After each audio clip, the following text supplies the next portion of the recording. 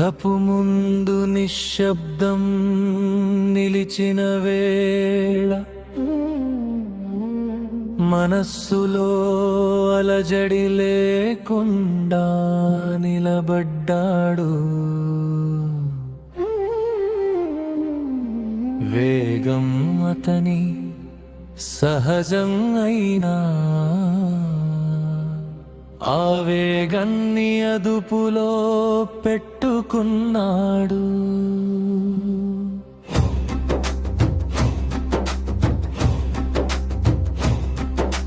రామకార్యం ముందుండగా ఆతృత అతని దగ్గరికి రాలేదు.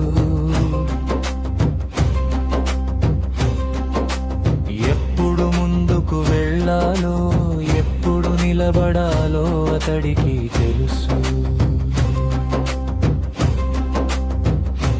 సముద్రం ఎదురుగా ఉన్నప్పుడు అతడు గర్జించలేదు, తన శక్తిని తానే కొలిచాడు.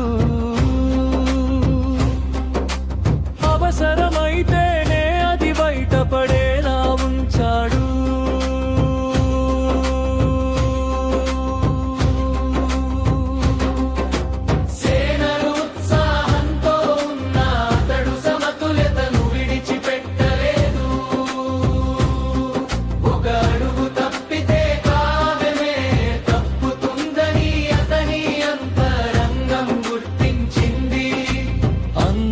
కార్యసిద్ధి తరువాత విజయం శబ్దం చేయలేదు. స్థిరత్వమే ఫలితాన్ని మోసుకొచ్చింది అని కథలోకానికి నెరపింది.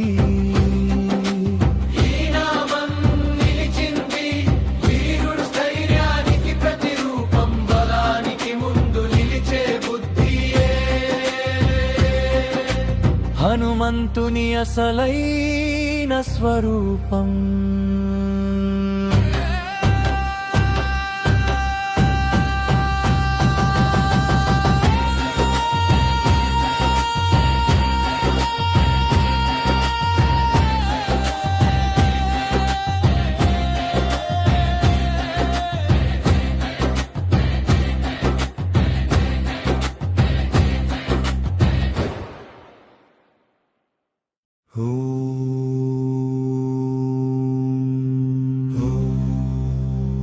యుద్ధపు ముందు నిశ్శబ్దం నిలిచిన వేళ మనస్సులో అలజడి లేకుండా నిలబడ్డాడు.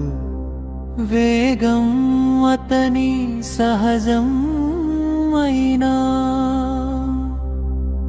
ఆ వేగాన్ని అదుపులో పెట్టుకున్నాడు.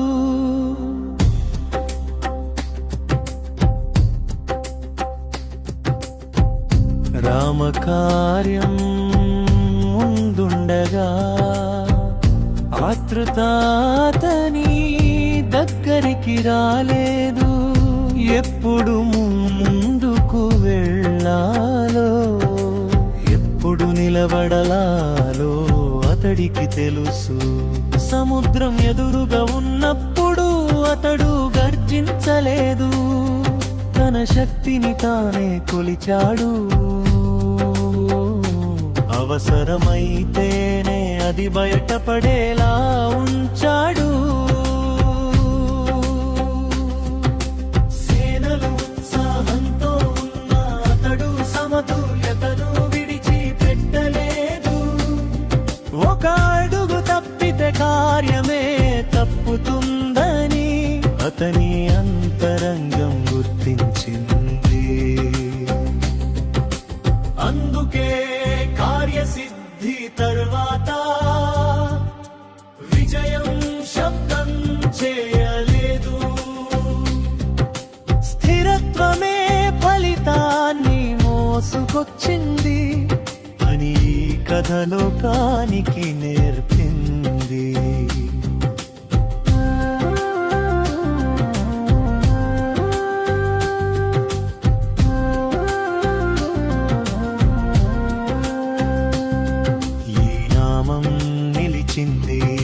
ధీరుడు స్థైర్య ప్రతిరూపం.